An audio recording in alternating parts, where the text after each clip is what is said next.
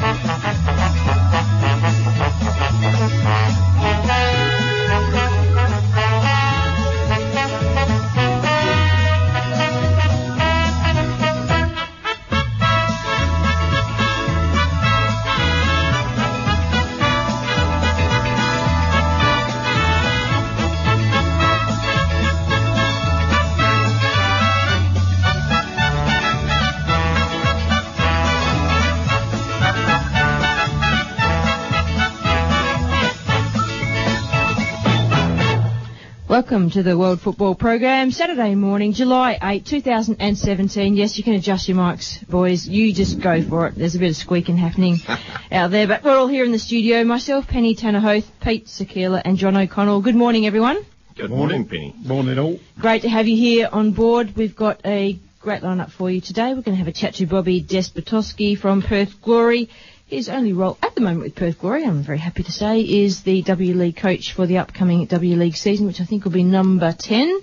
Alyssa van Heurck, I'm not quite sure if that's how you pronounce her surname, but I'm sure she'll correct me on that when we have a chat to her a little bit later in the program. She's a young lady who plays here in the NTC girls program, or young ladies program, and she's off to the US next year, done a lot of hard work to get a position in one of the colleges over there, and she'll tell us all about that. And why not here in WA? Why not stay here and further your career? She'll tell us all about that too.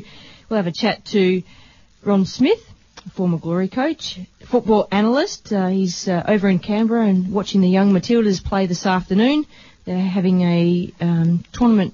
Who's the tournament against?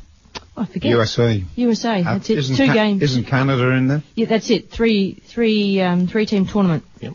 Yeah, and he'll give us a match report. He will indeed. He'll be coming straight from the game. Is he coming straight from the game or going to the game? No, coming from the game. Okay, so it's a morning game. Cool. 2 hours time difference. And we'll have a chat to Josh Risdon. Do I say former favourite son of Glory, or to say former Glory player? I'm not quite sure what's polite there, but he is one of the favourite sons of Glory. We'll have a chat to him. He's over in Sydney, playing for Western Sydney Wanderers. Well, you could say he was very popular with the crowds, and probably still is, really, because he was pretty honest in his endeavours, and I think maybe he's gone over there because he needs to be more aligned to the national squad as well, and it seems as though if you're over in the eastern states, as it has been for many, many years, then your opportunities of getting in the Socceroos squad are usually better. Yeah, I'd say former favourite.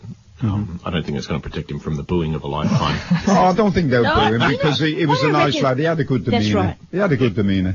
Yeah, I'm good with that, John. I think that he is a favourite of the Glory, and he's taken a step for his career. We'll hear all about it. Well, he's Rosie's favourite. Yeah, he is. He's a local lad from Bunbury, done the deed here for Perth, and a long time too. Seven seasons. Yeah. Well, I think if you're going to move as well is that, you know, if you're deciding that you might need a bit more of this or a bit more of that, I mean, it's best to leave at the age he is now because he's still got time up his sleeve. Yeah. Absolutely.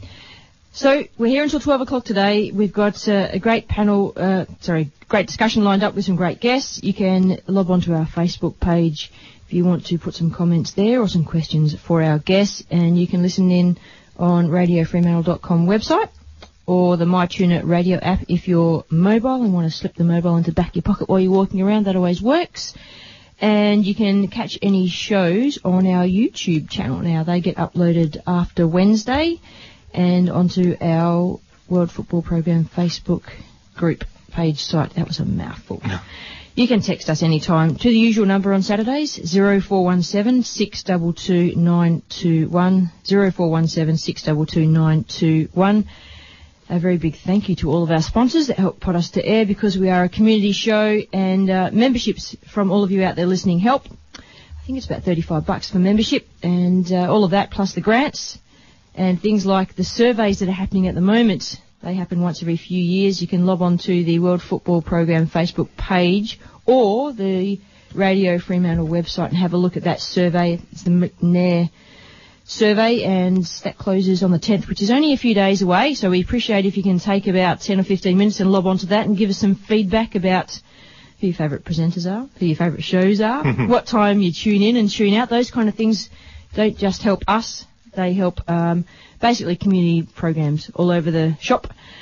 And we do thank Perth Glory, Gate and Fence Hardware, Oz West Fencing and Wrought Iron, Data Plats, Rachel Pepper Illustrations, the Australian Mini Football Federation, Melbourne City Football Club, Prosperity Strata Management. Did I say Perth Glory? I'll say them again anyway. We thank everybody that comes on board, and if you want to be a club sponsor of the program and have more regular input into the program, just contact us through any of the ways that we talked about, or email me, Penny, at theworldfootballprogram.com. That's with an M-M-E, the Australian way, not the American way, John. I have to put that in. Although I must admit, in education these days, they're teaching kids with just the M on the end. Okay, that's my little bit over. News this week, boys. I know you ain't got an FFA document there. No, I was going to say, you've given us all the news. Let's get on with the programme. Gee whiz. Okay, so... Oh, by the way, the FFA paper is a letter that was sent to the FFA here in Australia from FIFA, saying they're not happy with the structure still, and they're happy to come back again, along with the Asian Football Confederation, and discuss the matter further with the FFA here in Australia. But they're not happy with... What date's that, John? This was this week. Okay. This is this week. Yeah, and so the story continues, 5th of July. doesn't it? Yeah. Yep. What can we say about that? Well, what you can say is that obviously they're not going to bow down, FIFA. They're saying that the transparency and the way the game is run in Australia is not up to the standard. Yeah. And until it is, then they're not going to. Yeah. Well, it's up to them then to decide. You know, if the FFA are going to be persistent, then there could be sanctions coming from FIFA. Yes. I.e. out of tournaments, things like that. The World Cup, yeah. Yep. And in the meantime, the grassroots football continues. We all continue to play our games, and the programs are there, and football. Yeah, but it's got to be coordinated and run properly. Of course. Yeah. And it's got to be a level playing field as well. I wonder where the new committee, is it the NPL committee, where all the They met this week as well. Yeah, I wonder where they fall into things to help move things along and get things in the right direction. Well, I've had a look at the minutes of their meeting on I think it was Monday this week, which Gary Marocchi went over. He's the representative here in WA for the national NPL association. Yeah. And I think Oriana Colley's got a position in there somewhere as well from Bayswater. But it was damning, and there's a lot of, let me say this. Damning to FFA? Yeah, in a sense. To all the listeners out there, there's a lot of heavy metal coming. Believe me. So we're talking about that we need to put a second tier in, yes. So a second A-League tier, and the transparency of board positions on FFA. I mean, but we've been talking about that for a long time. But if FIFA are going to put their foot down and stamp some authority over it, then I wonder what that means. Like, who do they say, what, we have to change our constitution so that the next time we do something, it gets changed then? No, what they're saying is you change it so there's good transparency in the running of the game in Australia. And it's they publish minutes on their website? I mean, what are we talking here? What you're talking about is Westfield FFA, because that's what it is at the moment. Well, yes. So that needs to change. bias, perhaps. And there's more than lawyers, accountants and businessmen out there who can run soccer, but there's a lot of grassroots people who played the game, have been respected for what they've given the game on the field and off the field, but don't seem to get it when it's up there conflict in of the higher interest. echelon. You think that maybe if they were politicians in local government that they wouldn't be allowed to do that? Possibly. Let's go to a break and we'll get Bobby on the line and chat more football. This is Penn, Pete and John on the World Football Program, 107.9 FM. At Prosperity Strata Management, we exclusively manage strata properties. With 30 years of management experience behind us, our excellent customer service is second to none, and we believe well-kept properties are the key to generating good sales and rental returns. On-site visits to your investment are conducted on a regular basis, with our aim being to see your property improved. For further details, visit our website at prosperitystratamanagement.com.au or call 0499 994 923. Prosperity Strata Management, station sponsor. Radio Fremantle is all about community, and we want to know your thoughts, comments and ideas to help shape our future. We are currently asking listeners to take part in a short online survey that will help us to get to know you better. The results of this survey will assist us in continuing to be the best possible station we can be. So to have your voice heard and to go into the draw for great prizes, head to our website www.radiofremantle.com and click on the survey tab. Radio Fremantle 107.9 FM. Be part of our community. The World Football Program welcomes the Australian Mini Football Federation onto Radio Fremantle. Join the growing numbers playing non-traditional forms of football at any of the Area 5 centres around Perth. Find out more on ozminifootball.com. Station sponsor. Join in the glory these school holidays with the state's biggest and best football clinics, the Perth Glory Soccer Schools. 5 locations, Subiaco, Ellenbrook, Melville, Sorrento and Bunbury. 2 big days of giveaways, tips and tricks and fun with Perth Glory players and coaches. Sign up on the community page and soccer schools at perthglory.com.au.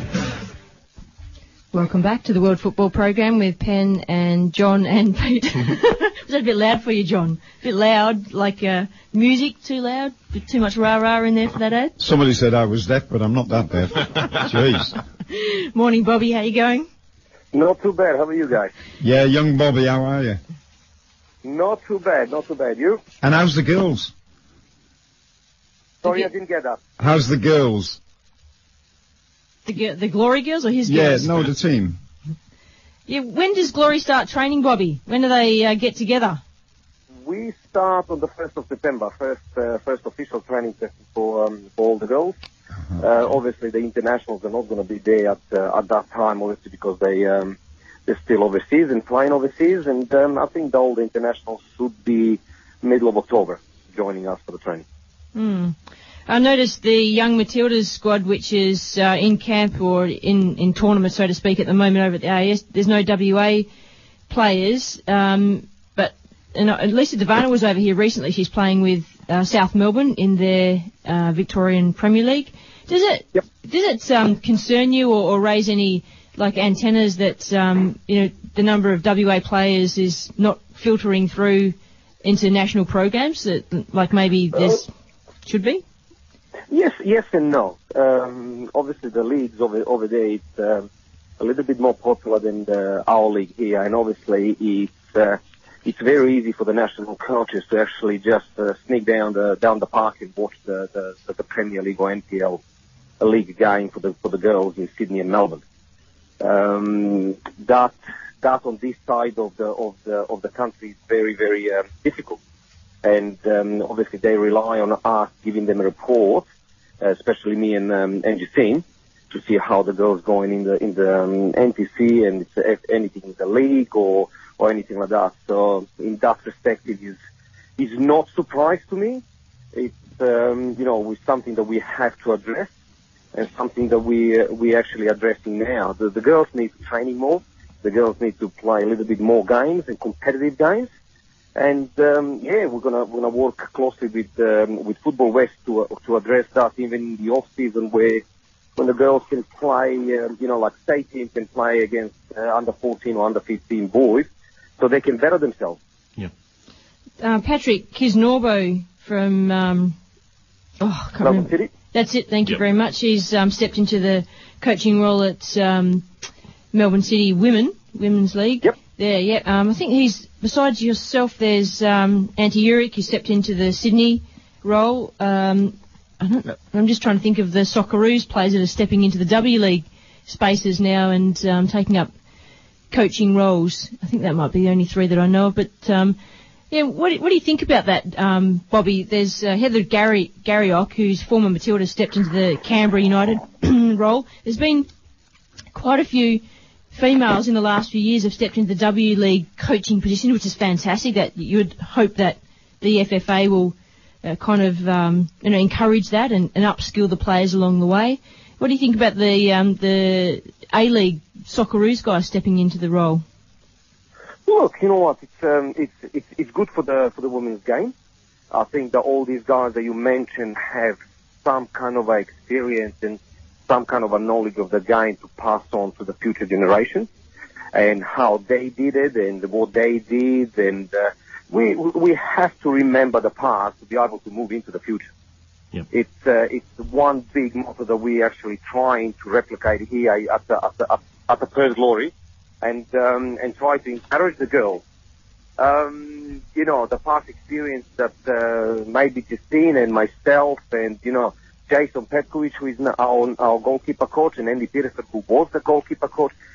These people all have experience in the highest leagues in their sport, so they have vast amount of knowledge to pass on to the girls, and it's very, very important. It's good that actually people at FFA encouraging them.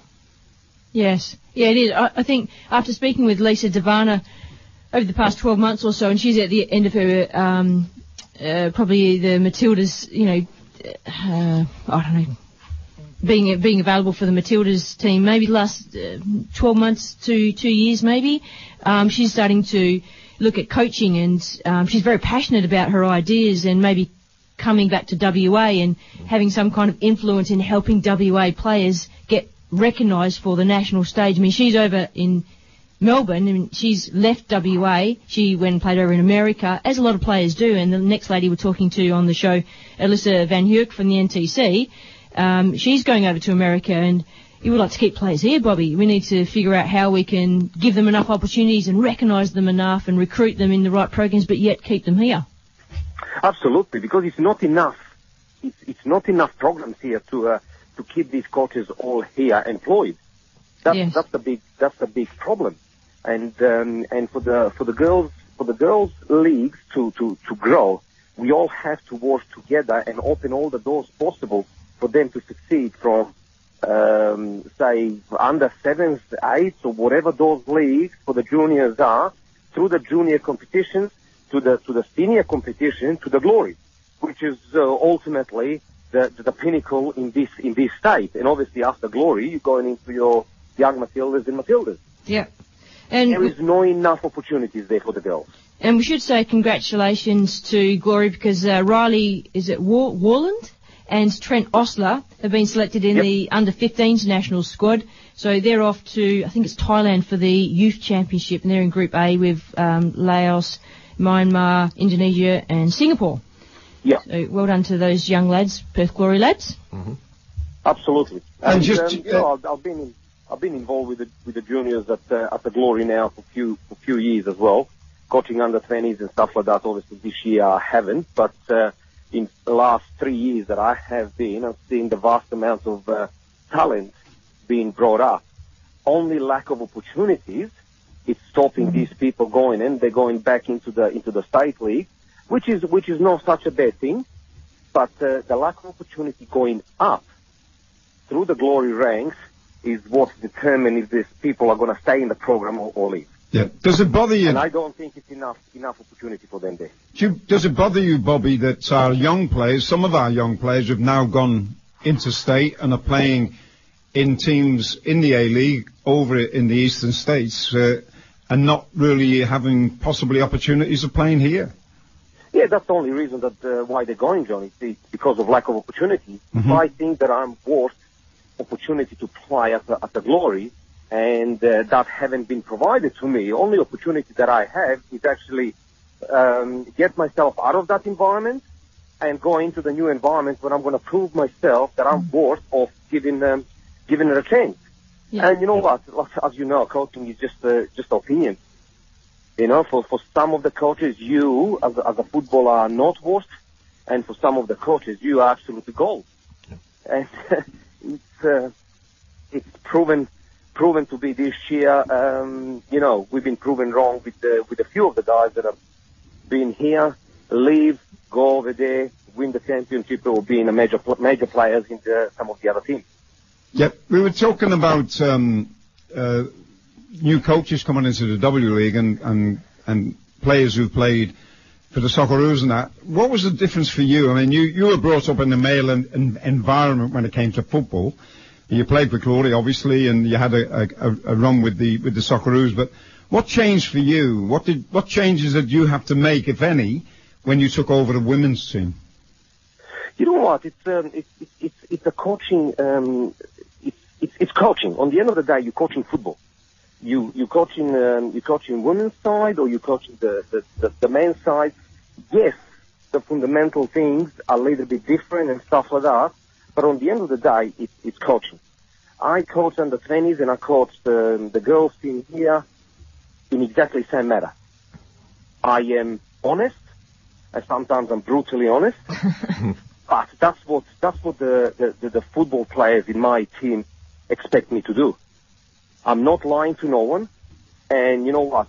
When you play the good game, you're the best footballer. When you play the bad game, you are not worse footballer.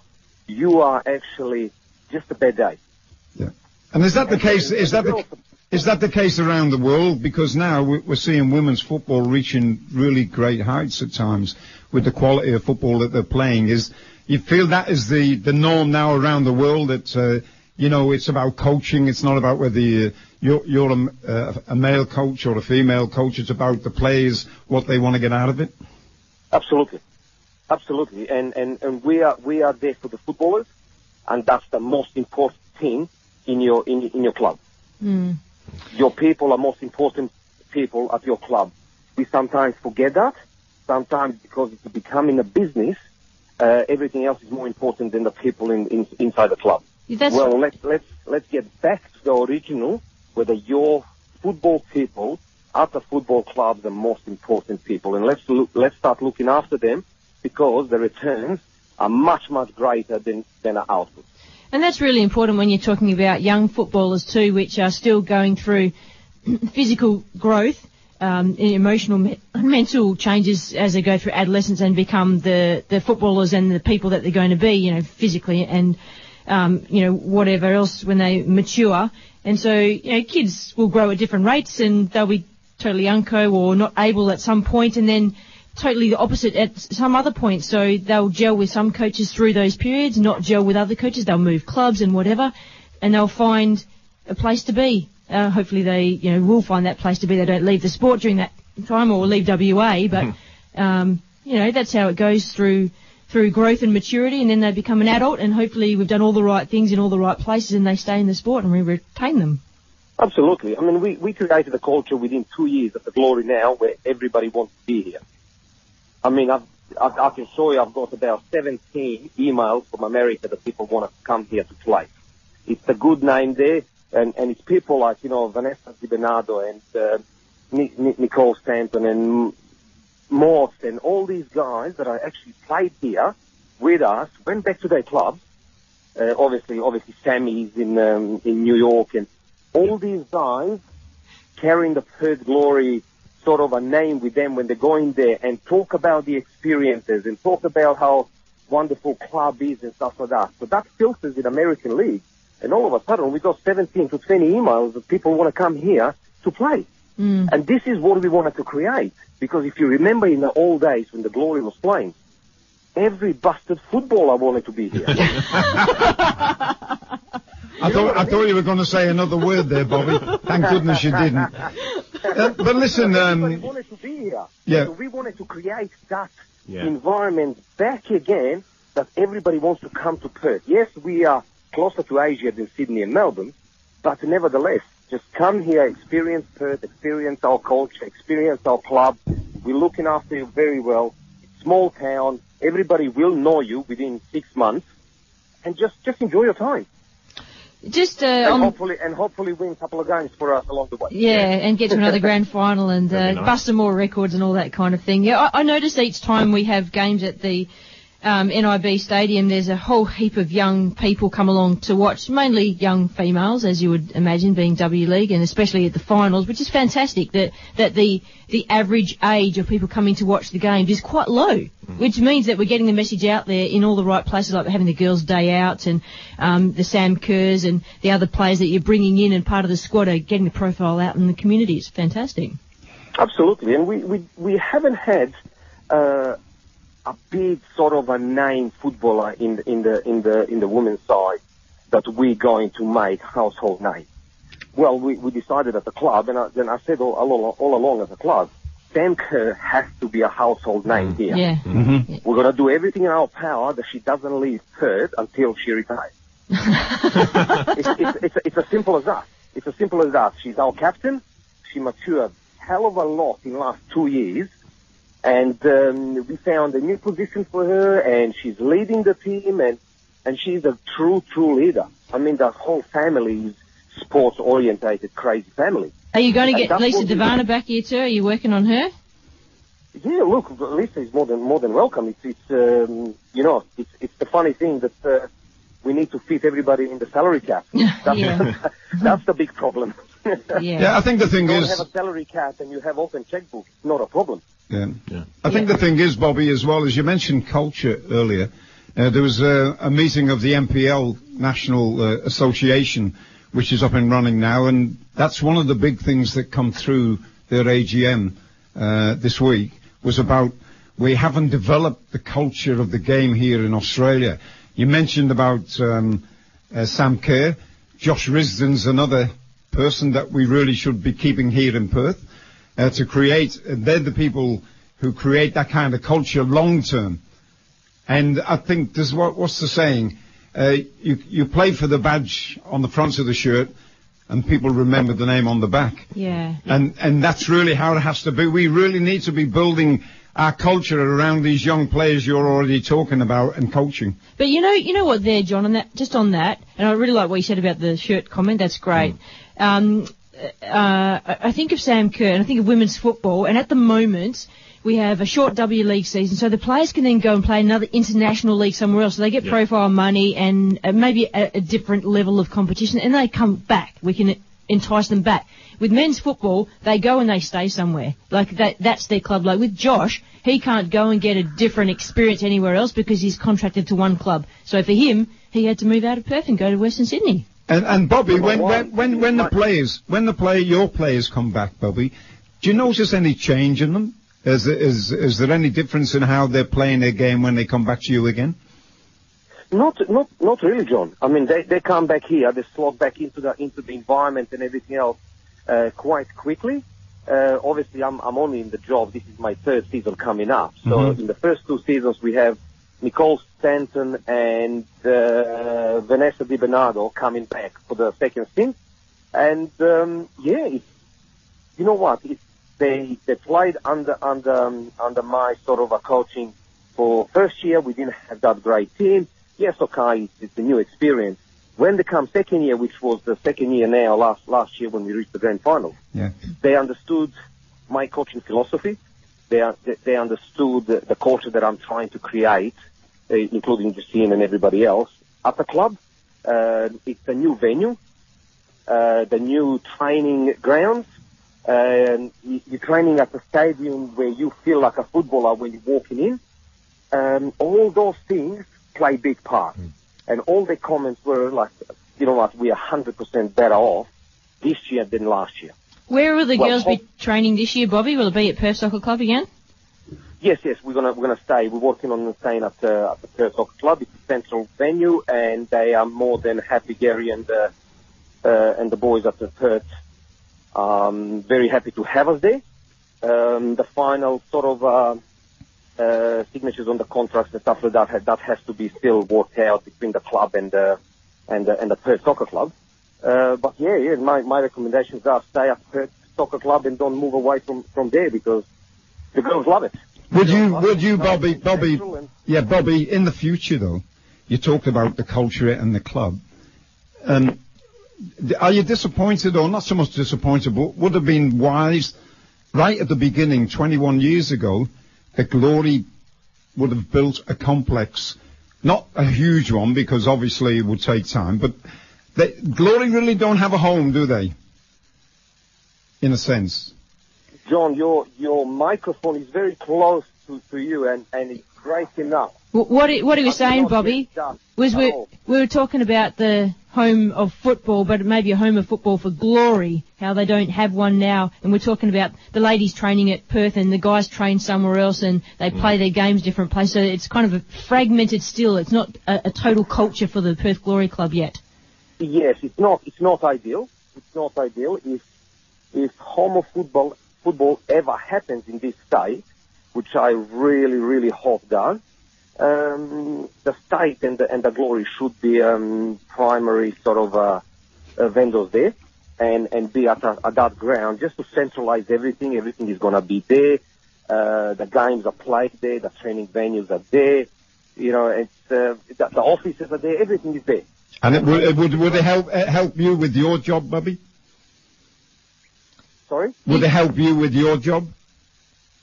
Get a job at the first team. As a coach, yeah. No, but as a coach, would it help you to have your own facilities to go to week in, week out? Yeah, look, it's nice when you just drive into the venue and the coaching equipment and everything else. Yes. Yeah. You don't carry anything in the car. No, tell me about it. Hang on. Are you telling me that as a W League Perth Glory coach, you have all the gear in the back of your car to get to training? Please don't tell me you do that. Oh, we did at first. Have soccer balls and cones and everything in the back of the cars and stuff like that. That was when we started pre-season and we were training at the Maccabi ground.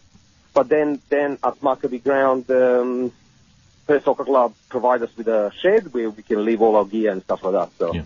So it's been great relationship between the Perth Soccer Club and the Perth Glory. I must admit that. Yeah. Now, Bobby, before we let you go, we have to give the Perth Glory soccer schools a bit of a plug. They're underway at the moment for Perth Glory, and it's girls and boys, open to everyone. You can go to perthglory.com.au for more information. Ages 4 to 13, I think it is.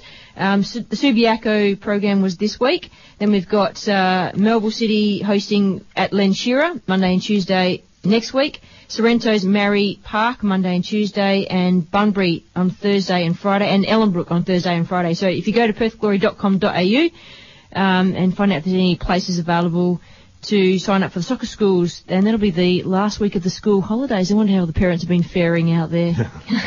Actually, we've been looking after some of the kids in Swanview and Clayton Primary School, and if you're listening, you kids, you little buggers, I'll give you a mention, okay?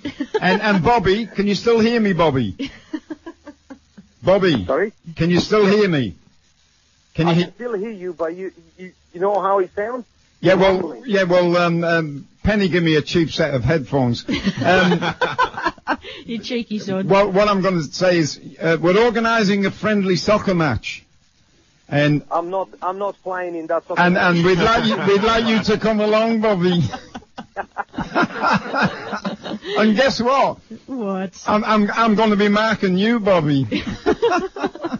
I remember last time you marked me, man, and you kicked me for no reason. Well, you were too quick. Yeah. I had to slow you down, Bobby. Yeah, that's it. Good one.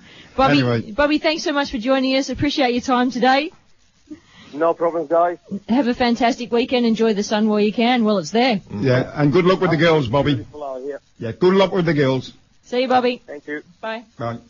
That was Bobby Despotovski, the Perth Glory W League coach, and it is interesting how there's more Socceroos coaches stepping into the arena there to coach, but there's former Matildas stepping in as well. They're being trained up. They're like FFA, and the Matildas environment is helping them upskill, which is fantastic. And just thinking of Colette McCullum, who's here in WA, and I think she's assistant coach to one of the under 14s or 15s girls team that's going into the youth championships. I think they've already left today, I think.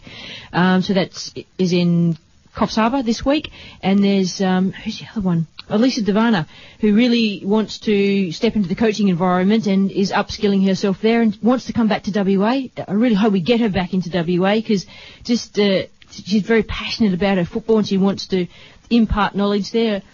Would she come back to a women's state league team? No, she doesn't. Go. I can't see her being a coach at that level. I can see her in the young age group. Yep. Maybe at an elite level might be an NTC program or a state program. That's just what I can see with where she's at and where it would suit her. Yep. Well, I think it's all about capability as well. And I mean, some people are gifted. They have that gift to be able to communicate and get the best out of people. Well, Colette McCullum has been an interesting one. I mean, a fantastic player and has been very quiet in the profile and ambassador kind of women's football arena here in WA since she retired from playing. But she's working in the background. She's helping manage, coach and support role to the young state team. So she obviously wants to have an involvement there, which is fantastic, but not at that higher level. Yeah. And that's obviously the niche that she's found that she's comfortable in. And that's great because we can retain her services and the young kids benefit from that. Well, it's about what we said earlier. This is about culture. She's been part of our culture. Yeah. At the beginning of the Glory Girls. Yeah. She was the person who stood out above everybody, but she showed great leadership qualities on the field. But it doesn't mean to say necessarily that you will show the same kind of leadership qualities off the field. Absolutely. So, but you can still find a position for them, and I think this is what was going down at the MPL AGM this week, is that let's get the culture in there. It's so important, not only just to our sport, but every other sport. How many of them lean on their culture of what they've done, all the greats that have played for them, and not just who played for them on the park, but the people who did work off the park. Yep. They're also part of the culture as well. Now, we should mention, before we have a chat to Alyssa, is some of the games that are happening over the weekend.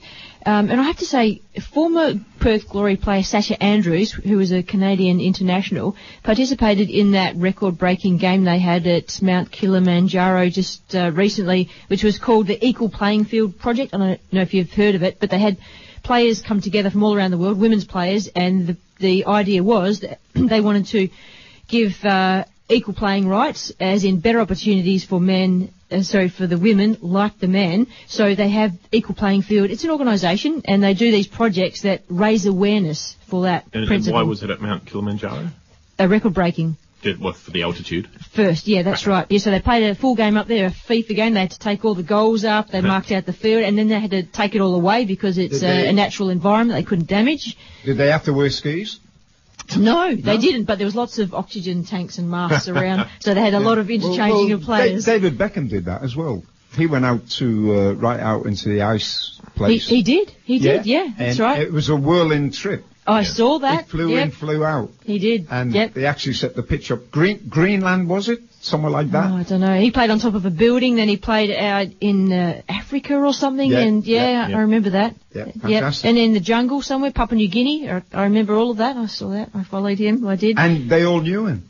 Yeah. Isn't that amazing? It was pretty, and so the idea was that you gain a profile, and then you try and create awareness, and then they have, they're asking for support, like financial support, and then they put money into these programs that then go out and help players achieve things. Yeah, but the thing is, Pen, and it's happening a little bit in Australia, it's not good enough to be a one-off.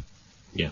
Yeah, it's got to, you go there, David Beckham, the world knows him. Yeah. But when he leaves. Global brand, I think. Yeah, but when he leaves, it doesn't stop. Yes. Yeah, we can get 90,000 to a game in Melbourne or Sydney if it's, Liverpool or Beckham or whoever's playing. The trick is translating that into A-League crowds. Exactly. Absolutely. And that's why we talk about the comes back that's to right. culture. And that's why we talk about the value of the international friendlies that come here to our own football culture. Yeah. Let's not get into that. Let's just talk about some fixtures. Okay, so the Women's State League Premier. Last week, Queen's Park SC continued their winning form. They're top of the table and completely undefeated with 2-1 win over the Football West NTC women. Balcatta FC were at home to Northern Redbacks. Northern Redbacks won that one 3-2, and Beckenham Angels and East Fremantle SC played out a 1-1 draw, whereas Bassendean Caledonian had the bye. Coming up this weekend, tomorrow, Football West NTC women are at home against Beckenham Angels. Bassendean Caledonian host East Fremantle, and Northern Redbacks host Queen's Park, while Balcatta have the bye. So Queen's Park top of the table, 9 games played, 9 wins. You can't ask for better than that. And with the State League Division 1 sitting on top of the table at the moment is Wanneroo. Now, they've got a bye this week. UWA a second, so... And only 2 points behind, so they could actually jump them. They could. They're down in Bunbury this week, so... Yeah, so the results, last week's results was Bunbury and Stirling played out a 2-2 draw. Wanneroo City travelled to Subiaco and won that one 4-0. And UWA Netherlands played a 3-3 draw with Leeming Strikers. And today's result... Sorry, just waiting for the page to refresh. Coming up this weekend, as you said, UWA Netherlands travelling to Bunbury. Leeming Strikers are at home against Subiaco, and Stirling Panthers host Curtin University, while Wanneroo have the bye. So... We'll talk more we need about some more teams in these divisions. Which Bunbury are we talking about? We're talking Bunbury Dynamos. Oh, Bunbury Dynamos. Yeah, we're not talking about Southwest Bees, the representative squad. We'll talk more about the men's state league and the NPL when we have a chat to Josh Risdon a little later. Yep. We'll go to break now, and I was talking about the equal playing field, so we'll just play a little bit of audio about that so you get an understanding of that, and then we'll have a chat to Alyssa. Back soon with Penn and John and Pete. Join in the glory these school holidays with the state's biggest and best football clinics, the Perth Glory Soccer Schools. 5 locations: Subiaco, Ellenbrook, Melville, Sorrento and Bunbury. 2 big days of giveaways, tips and tricks and fun with Perth Glory players and coaches. Sign up on the community page and soccer schools at perthglory.com.au.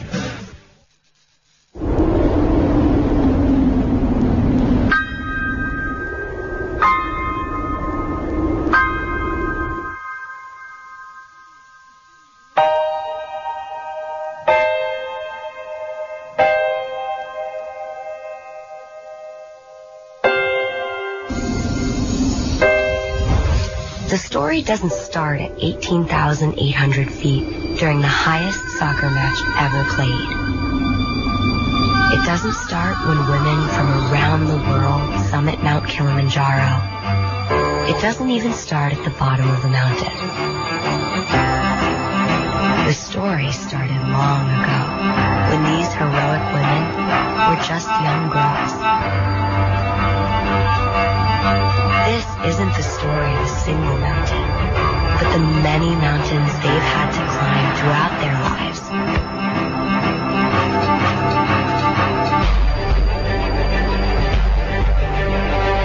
This is not just a story about a world record. It's about the people that create it. And the path they paved for future generations.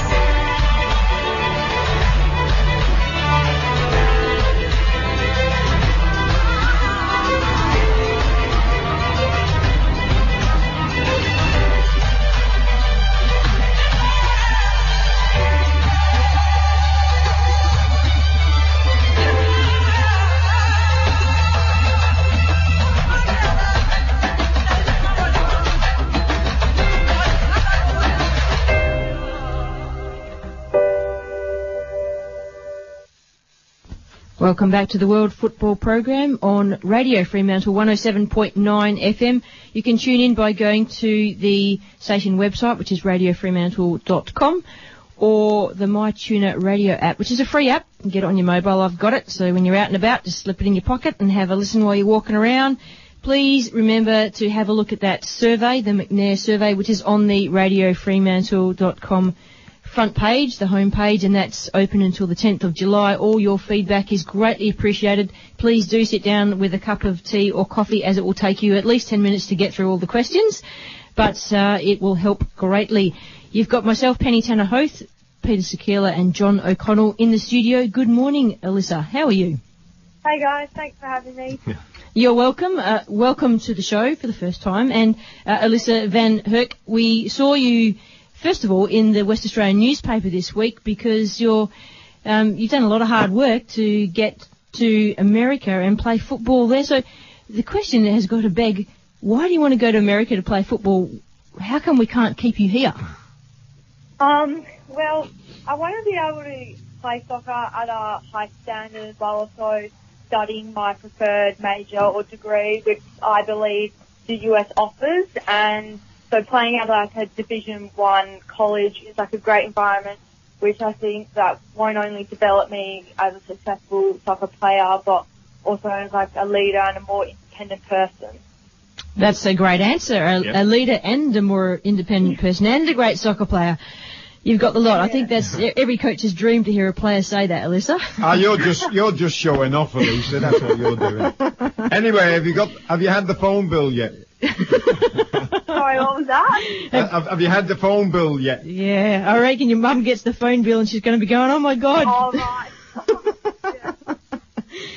Yeah, no. So, has it been a bit of a dream? Well, obviously it is to travel overseas because our game of football allows us to do that. Is that one of the things that inspired you as well? Sorry, I can't really hear you. What was that? Okay, John, I think I'm having trouble with that mic. John was saying is part of the reason that you wanted to go to America that you like, we have travelling in football and America is a nice place to go to. It's going to give you lots of opportunities. Is that part of your dream of football to experience a different culture and travel? Oh, yes, for sure. Like, just the new environment, it excites me so much, and I feel like playing with a group of new different people with different coaching style would be a great experience, and I know we get to travel to different places, which also excites me a lot. Well, you've done a lot of hard work to get there. Tell us about what you actually did to get there. Just some of the young players who are listening in today will be thinking, how do I get to where Alyssa's going to get to in January next year? Yeah, so I used a online recruiting program based in America called NCSA, and so they appointed me a mentor to assist me along the way, and I had to set up an online profile for coaches to view, and it included all my personal, academic and sporting achievements both at school and at a club level, and so I also had to put together a 3 to 4 minute video of all my soccer highlights, which then I could send to all the coaches.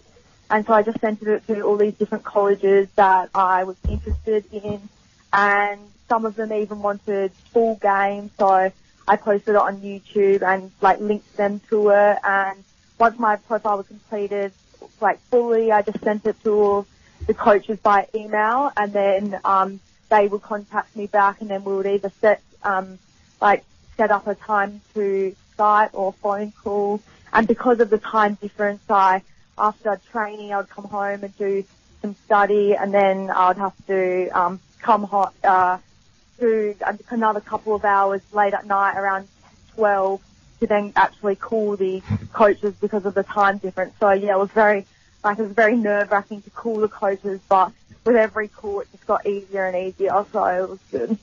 So, me first, Pete. Hang on, me first. I just wanted to know, the college that you're going to, does it have a level of football that leads into their professional league? Well, being at Division 1, it is a very high standard, and I've been told that it's very similar to the Olympic standard, so I think, and the coach over there at my university says it's good. It's a good baseline to get noticed. Yeah. Wonderful. For professional over there, yeah. Okay. Alyssa, I was curious, looking at the article in the West Australian, you already got the LaSalle soccer shirt. Have they sent you out kit and whatnot, or is that just a... Oh, well, he actually, the coach, he was over in Australia for a holiday with his family, so he actually took a trip to Perth and came visiting me, and Oh, he watched fantastic. watched one of my club games on the weekend because the timing was right. So yeah, he watched me then, and that's when he gave me the shirt and just like a pamphlet of like all the causes and things like that. And he was also seeing another Australian in Brisbane, a goalkeeper in the W League. Yeah. And do you know if she got picked up as well? I think she did. Her name's Claudia Jenkins. Wow. Yeah, he was very interested in her. Yeah. Now, I also just have to ask, one of the photos on the West Australian, the action shot, as it were, of you, there's a set of Aussie rules goalposts in the background. Was that deliberately set up like that, or is it just a coincidence, you know? No, it was just the closest part to my house, so I just met with them. Yeah, and so it was just by coincidence, we just did it at the local park. Okay. No, I reckon what it was, Alyssa, is that what you were saying, for those people who play that game with those posts behind me, eat your heart out. That's what I was kind of thinking. Maybe they were just sort of sneaking that one in there. It took quite a lot of shots to get that, but no one will know that. You know, I reckon if that journo was a true soccer journo, he would have seen those photos and he would have edited those goals out. Done. No, it was very nice. Yeah, Penny was talking about you progressing to a professional league in America, but I would say that, you know, in America, I think everybody's looking at who's playing soccer, whether they're girls, whether they're boys, and there'll be plenty of talent scouts watching you play when you take up with I'm your finding new team. it really hard to hear. I reckon your microphone's a bit dodgy, John. I'm not quite sure No, why. I think it's the desk, Ben, because when I plug this is a second set of headphones. You haven't got a decent set of headphones, have you, Alyssa? I could borrow. It's just really crackly. Yeah, that's it. I think it's coming from the desk, actually. Okay. To be all right. honest. All right. Something about a bad workman blaming his tools. I think. Yeah, no, so sorry about that, Alyssa. that's okay. We'll have to just translate John's questions for him.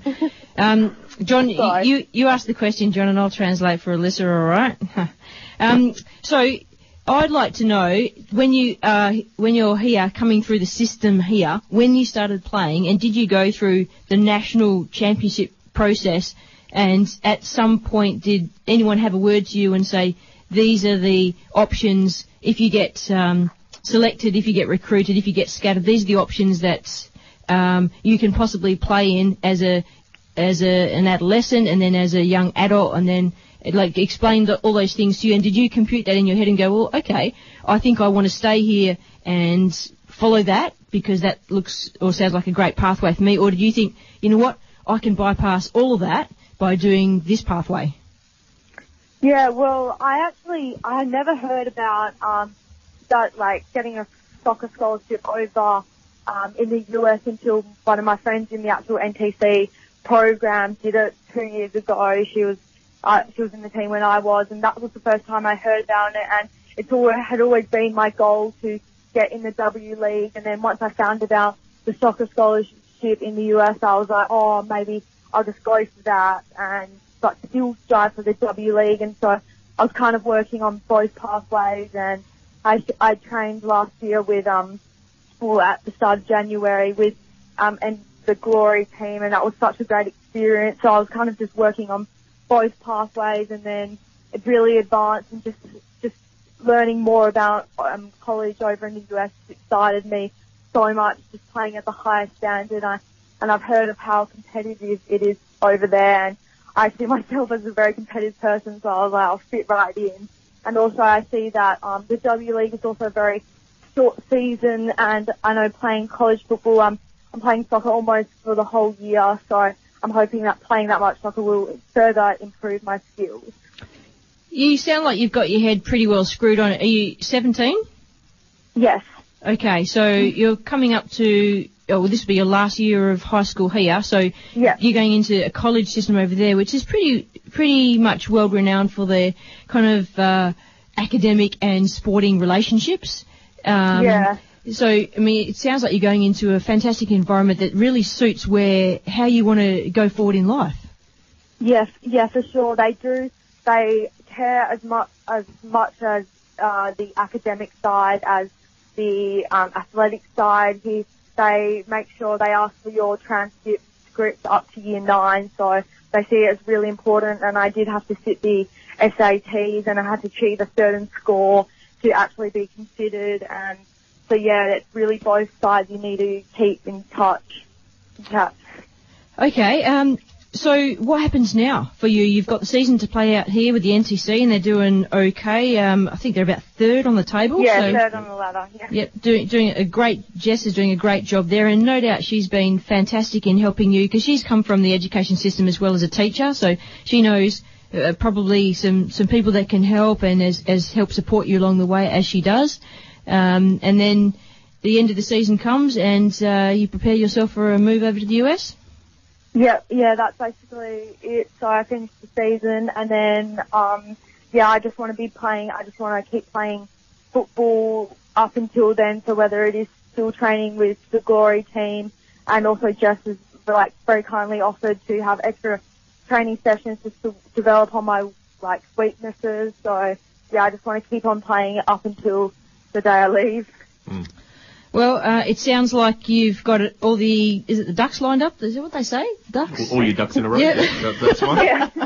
Sounds like you've got it sorted, which is great. And one thing I do like about the American system is the college system is pretty fantastic. It's pretty extensive. Well, it's pretty much that way here now, but they've got that academic system over there where you can keep doing what you want to do and studying at the same time. And how fantastic is that for young people who have the ambition like yourself?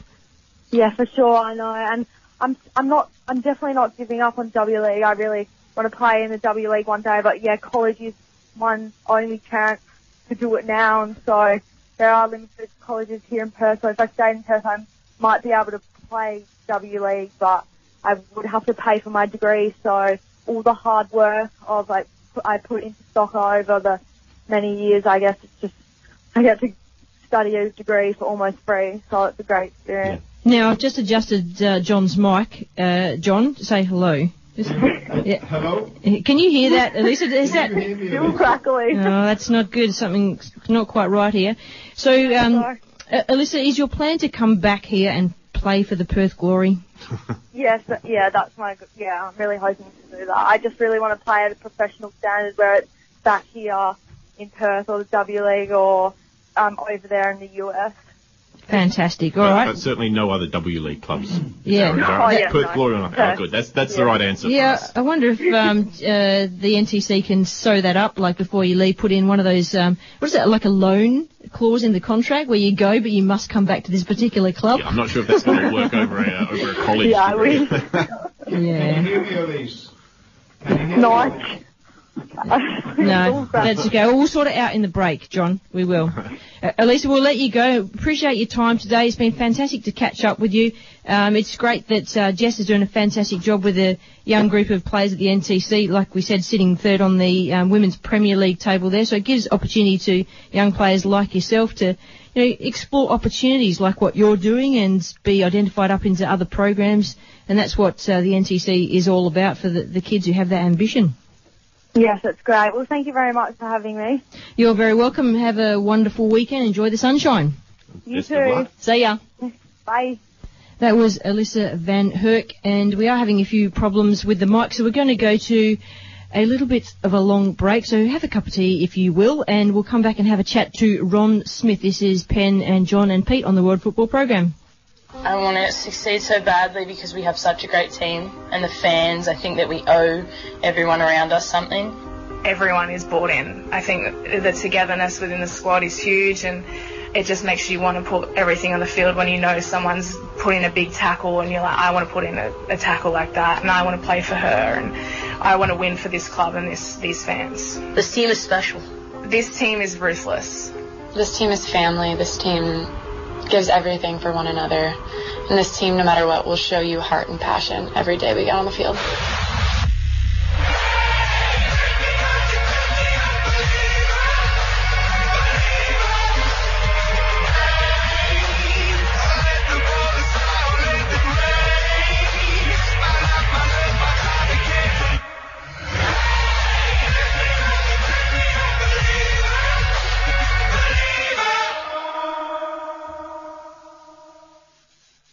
The World Football Program is a community program run by volunteers, just like our host station, Radio Fremantle, applies for government grants and sponsorships from year to year to keep us on air. Your support by way of station membership or donation is greatly valued.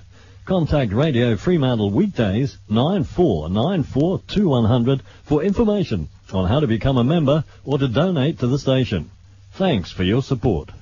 At Prosperity Strata Management, we exclusively manage strata properties. With 30 years of management experience behind us, our excellent customer service is second to none, and we believe well-kept properties are the key to generating good sales and rental returns. On-site visits to your investment are conducted on a regular basis, with our aim being to see your property improve. For further details, visit our website at prosperitystratamanagement.com.au or call 0499 994 923. Prosperity Strata Management, station sponsor. The World Football Program welcomes the Australian Mini Football Federation onto Radio Fremantle. Join the growing numbers playing non-traditional forms of football at any of the Area 5 centres around Perth. Find out more on osminifootball.com. Station sponsor. Oswest Fencing and Wrought Iron. Our family fabricates fence panels, gates and framework. Repairs gates and sets up automated systems. Ring us on 9258 6822 for old-fashioned family service and advice. Station sponsor. Radio Fremantle is all about community, and we want to know your thoughts, comments and ideas to help shape our future. We are currently asking listeners to take part in a short online survey that will help us to get to know you better. The results of this survey will assist us in continuing to be the best possible station we can be. So to have your voice heard and to go into the draw for great prizes, head to our website www.radiofremantle.com and click on the survey tab. Radio Fremantle 107.9 FM. Be part of our community. The team behind footballwa.net can boast the best independent local football website and football forums in WA. These are sites devoted entirely to promoting the local game and our history. Visit footballwa.net for the World Football Program guest lineup every Friday. Radio Fremantle, recognising volunteers who support football in the local community. Okay, coming back with the NPL results. Last week we had Coburn City hosted Mandurah City and won that one 2-1. Armidale were at home against Stirling Lions and had a 2-1 win. Joondalup United travelled to Bayswater City and Bayswater City took that one 3-1. Inglewood United hosted Perth and won that one 3-2. And Perth Glory travelled to Sorrento and had a 2-0 win. Unfortunately, we don't have the results for the other two matches, but coming up today, Perth Glory travelled to Stirling Lions. Coburn City travelled to ECU Joondalup. Bayswater City is at home against Balcatta. Perth is at home against Sorrento. Joondalup United are at home against Inglewood United. Floreat Athena are at home to Subiaco AFC, and Mandurah are travelling to Armidale. Looking at the NPL table, Inglewood United top of the table with 39 points. Floreat Athena is second on 36, and Sorrento, Perth both third and fourth on 35 points. Down the other end of the table, Balcatta are on 14, Perth Glory on 13, and Mandurah City slowly closing the gap on 12 points. And we welcome our new guest online, which is Ron Smith. Good morning, Ron. Good morning, Ron. How are you? Sunny Canberra. It's a bit cool.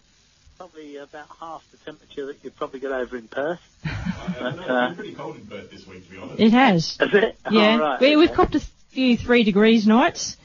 That's pretty really? cold. Yeah. Oh, wow, yeah. Yep. Okay, that'd be a little bit of a shock to the system then. It is. It is actually. It's a big shock to the system, but it's a nice sunny day today, so we're all appreciating that. And there's a full day of fixtures like Pete was just talking about there, so we'll be out and about enjoying the sunshine here while it lasts. I think till about midday tomorrow. I think So over in Canberra, what have you been up to? There's the young Matildas are playing in their tournament against the US and Canadian teams. Have you been watching some of the games?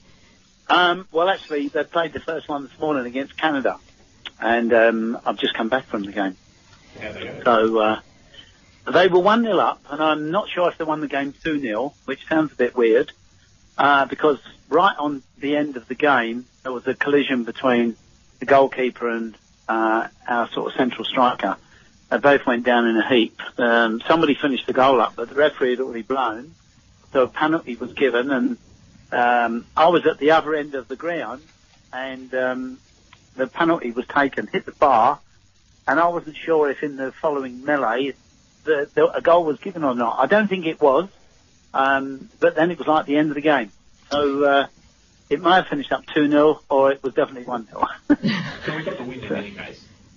Yeah. Yeah, there's a few more fixtures. I think there's 4 fixtures through the week starting today. Are you watching any more of those games, Ron? Yeah, I'll go in on Monday. I didn't know that on Thursday the USA played Canada, and we played Canada today, and then on Monday we play the US at 3:30, and again on Wednesday.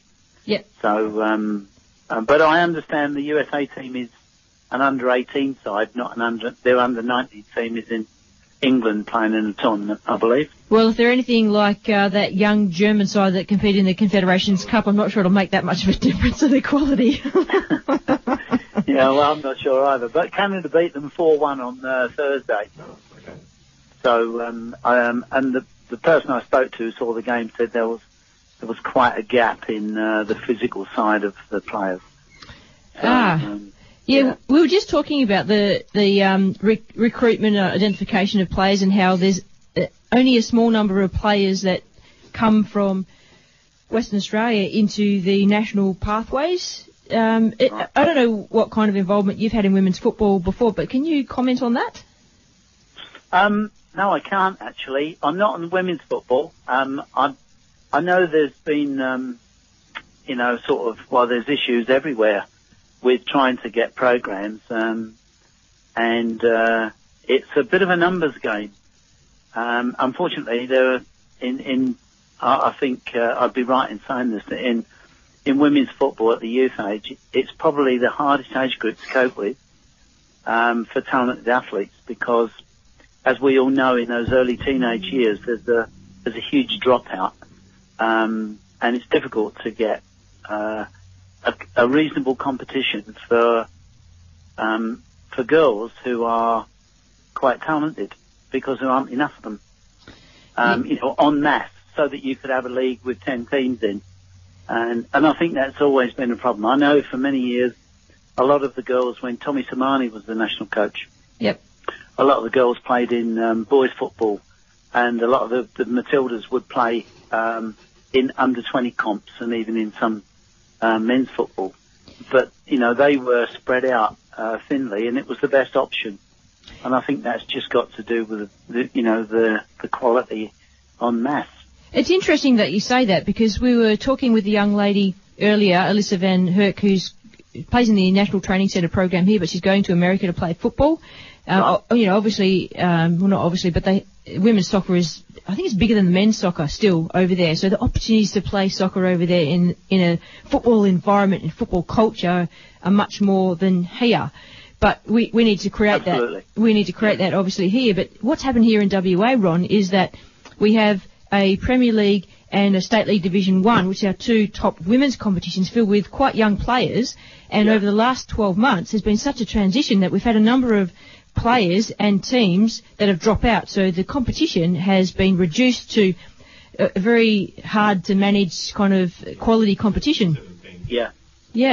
So, and I think what you're saying about the player dropout has been, really highlighted in the last probably 12 months here in football in WA. Yeah, to be honest, Annie, I think when you look at the US, they've got probably, I think, in junior age groups, 7 to 8 million registered players. Now, it's a big country like Australia, but they've got a population of 200 odd million probably. And they've got, an infrastructure, and therefore you're going to have a volume. So the difference is in this country, we've got same size country, or maybe even bigger, with a population of 20 million spread out everywhere. And that then makes life very difficult to organise competitions for any young age groups. And it's no different in the men. I've always been quite an advocate of trying to kind of learn from what people do in different countries. and look at whatever they do to try and develop boys and girls. But when you consider that, you know, a country like Holland, you can fit between Canberra and Gosford, you know, which I'd drive to play a game and then come home again, but they wouldn't do that in Holland. Yeah. Similarly, you can fit Belgium with 11 million people between Canberra and Campbelltown, which is like, you know, you could go there for lunch. So the difficulties that we face in this country, nobody else really has comparable situations to solve. Yeah. And that's always been our problem, and I don't know the answer to it, because it's just dependent on how much money have you got to bring the better kids together. One of the potential solutions, and it cuts me to say this as someone from Perth, is to obviously just focus in the southeastern corner where the bulk of the population is. Obviously, as a Perth person, I don't want that to happen, but, you know, if they were talking, say, with this mooted second division for the A-League, if they just focused it between Sydney and Melbourne, that would keep the costs down significantly, as opposed to having a Perth team in and an Adelaide team and a, you know, Cairns team. But I know, and what you're saying makes perfect sense. But again, you know, you kind of think, well, is that really fair on everybody? Oh, I'd be up in arms if they did that, but I just could understand the economics of it. Yeah. Yes, I agree. It's we've got these problems in Australia that are not paralleled anywhere else. Yeah, you're right, and we should probably remind ourselves of that every so often when the FFA put out a strategic plan or whole of football plan or a new coaching plan, and they're great ideas, and how do we implement them? Well, we need help to implement them, really, don't we, Ron? Yeah. Oh, absolutely. And it's a bit like I've having had 15 years at the AIS, I got used to the term world's best practice. And whatever happens from Australia, when people go and review what's happening around the world, they come back and they say, well, this is what everybody else does. But everybody else has tiny little countries. Yeah. And so then we just go and follow and do what they try and do in other countries when it doesn't work in this country. And one example of that is the academy system. You know, it's becoming world's best practice for professional clubs to have academies, and they take kids out of other clubs at a lower level, put them in the academies, and then they all play against each other in the academies. But we can't do that either. So what we do is we create academies, put teams in, and then put the kids back in the competition that they came out of. And so you've got world's best practice on one hand, and probably something that isn't best practice on the other hand, you know, because of the cost. Yeah. So, you know, I keep asking questions. Why do we keep doing these things? Why can't we create our own systems like we had, you know, in years gone by, and, you know, did the country quite well in terms of identifying and trying to develop the best kids that we could, because it was the best system we could actually come up with. So I'm probably not from that era. Remind me, please, what that system was, so that we can, maybe talk about it. And we used to have the Australian Institute of Sport program targeted the national youth team age group for boys, and the State Institute programs targeted the Joey's age group, and had a mixed age group, a composite age group of younger and slightly older players, you know, and that serviced us quite well. On the women's side, because it was impossible to play in a suitable competition with the national team, it was a camp-based program, as was rugby, for the same reasons. They couldn't pick the best female players and put them in the competition because there wasn't one, you know. So you have to deal with the problem that you've got in terms of trying to help develop players. So do you think, Ron, then the system of NTC and W League and A League and the tiers below them are the forward-thinking plans of what you're talking about? Like their current day programs? Yeah. I mean, it's a topic that I think we haven't really looked at the consequences and the roles of clubs that much in terms of how it's going to impact. If you want to take players out of one level of competition and put them in another one, that's fine.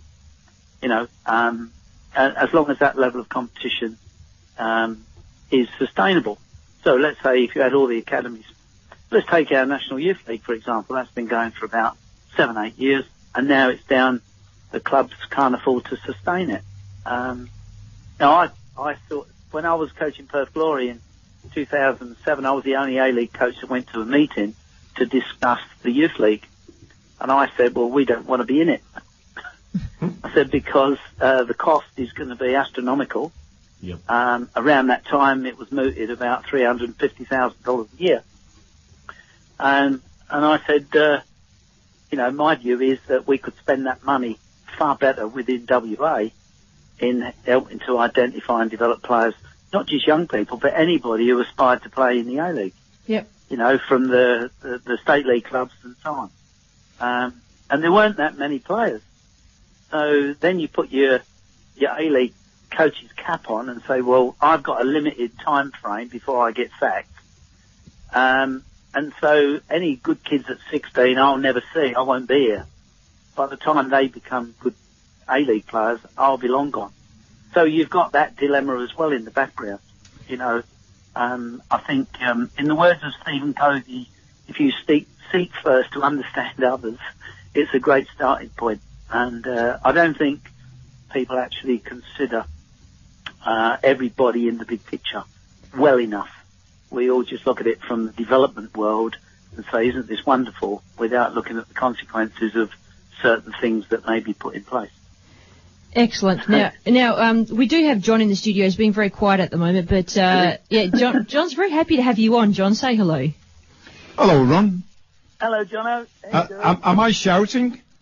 No, your voice is a little husky by the sound of it. I don't know husky. If that's maybe I should be in the movies. That's considered like a real enticing, attractive quality in some men, Ron. Yeah, when you were talking. That to you, Penny. I'll leave that to you. When you were talking about the game and you couldn't see things, did you take your glasses with you?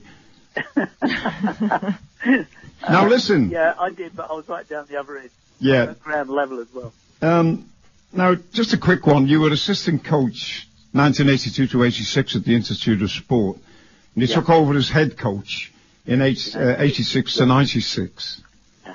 And you mentored players like Frank Farina, WA's Anthony Franken, Jean-Paul Demarigny, Sean Murphy, Kevin Muscat, Steve Corrigan, Ned Zellish, Mark Viduka, Paul Trimboli, Josip Skoko, John Aloisi, Craig Moore, Hayden Fox, Brett Emerson. Yeah. And 2003, you spent time at Liverpool as well. With Gerard Houllier. I would imagine you could speak French, Ron. No, fortunately, he could speak French. Sacre bleu, mon ami, But that was the golden generation of our football here in Australia. And that was the makeup of the 2006 squad that went to the World Cup and did so well. Where's the next...